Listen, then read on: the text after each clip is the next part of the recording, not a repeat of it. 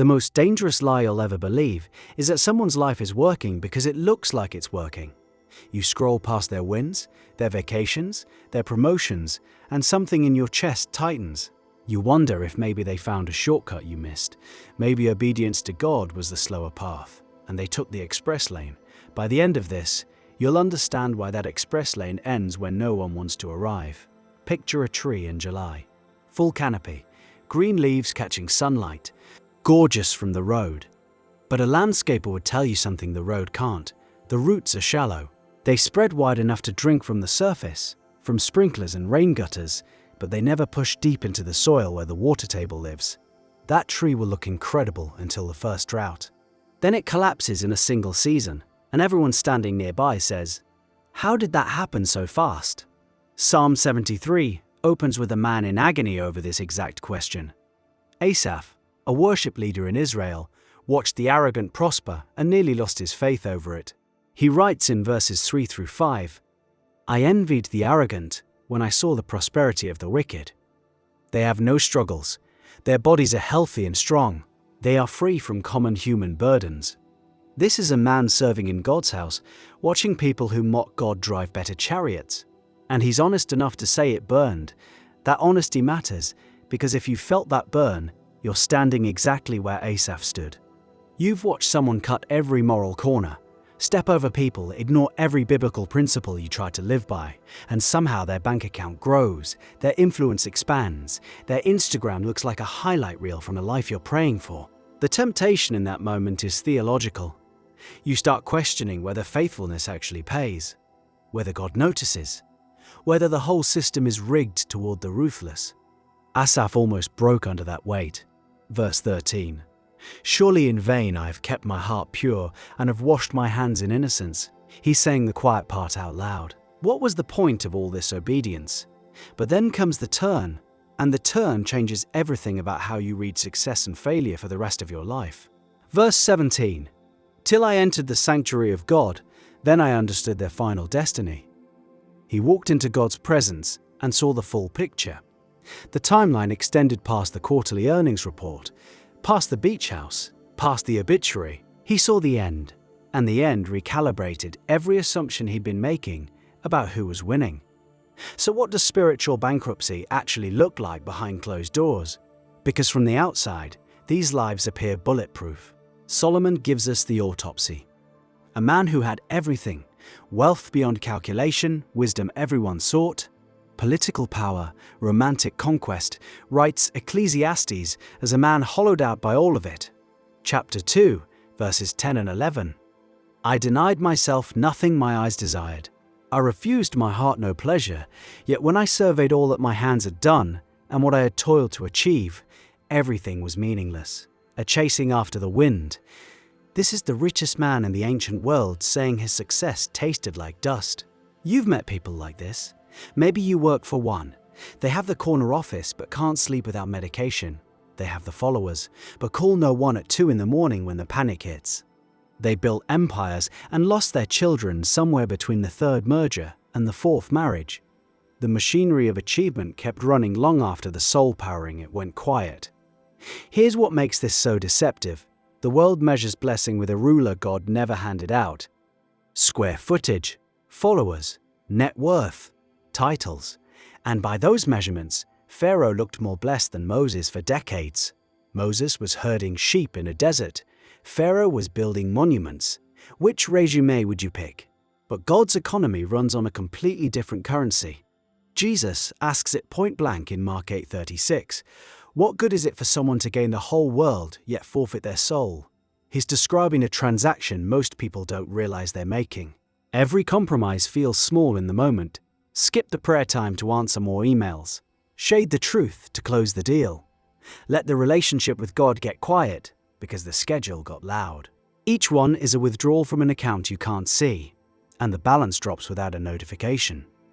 The withdrawal metaphor only goes so far though, because spiritual bankruptcy isn't just an empty account. It's a condition. It rewires what you're capable of feeling. Hebrews 3:13 warns about the deceitfulness of sin. And that word deceitfulness carries the idea of hardening. Sin doesn't just cost you. Over time, it numbs you. The person who once felt conviction at a white lie now fabricates entire narratives without flinching. The executive who once prayed before decisions now makes them purely by spreadsheet. The calluses build so gradually that the person wearing them genuinely believes they're fine. They'll tell you they're fine. They might even believe they're blessed. And some of them are, for a season. God sends rain on the just and the unjust, Jesus says in Matthew 5:45. Common grace falls everywhere. The sun warms the field of the farmer who prays, and the field of the farmer who curses. So material prosperity, on its own, tells you nothing about someone standing with God. Nothing. A full table doesn't mean a full soul. The Laodicean church in Revelation 3:17 said, "I am rich, I have acquired wealth and do not need a thing." God's reply cuts to the marrow. You do not realize that you are wretched, pitiful, poor, blind, and naked. That gap between what they claimed and what God saw is the gap you're watching play out in real time around you. So where does this leave you? Because the danger isn't just in envying the wrong people. The danger is in slowly adopting their playbook. You start small. You skip the morning devotion because you're exhausted. You stop tithing because the budget got tight. You soften your convictions at work because standing firm costs social capital. And 3 years later, you look up and realize you've been running the same race as the people you once pitied. You're succeeding by their metrics. And you feel the same hollowness they refuse to name. The antidote is what Asaph discovered. He entered the sanctuary. He returned to God's presence, and proximity to God recalibrated his vision. When you spend time in scripture, in prayer, in genuine worship, your eyes adjust. The way your eyes adjust in a dark room, slowly, shapes emerge. You start seeing things the floodlights of success bleach out. You see that the anxious billionaire is poorer than the widow who sleeps peacefully because she cast her cares on the God who holds her. You see that the influencer with 10 million followers has fewer real relationships than the Sunday school teacher in a town of 800. Jeremiah 17-7-8 draws the contrast in language that echoes back to our tree. Blessed is the one who trusts in the Lord, whose confidence is in him. They will be like a tree planted by the water that sends out its roots by the stream. It does not fear when heat comes. Its leaves are always green. It has no worries in a year of drought and never fails to bear fruit. The heat will come. That's a promise, not a warning. Drought is guaranteed. The question is whether your roots reach water or they've been skimming the surface. Going deep means discipline that nobody applauds. 15 minutes in the Psalms before the house wakes up, praying for the colleague who got the promotion you deserved, and meaning it. Forgiving the person who hasn't asked for forgiveness because Christ forgave you while you were still mid-sentence in your rebellion. Tithing when the math doesn't add up because you've decided that God's faithfulness outweighs your arithmetic. These acts build root systems, invisible, unglamorous, and the only thing standing between you and collapse when the wind picks up. The people you envy, some of them will turn around. The prodigal came home. God is patient, and some of those shallow-rooted trees will get transplanted before the drought hits. Pray for them, genuinely, because the most spiritually dangerous position a human being can occupy is comfort without God.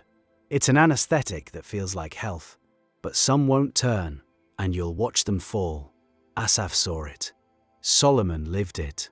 And when it happens, you'll face a choice about what kind of story you're living inside.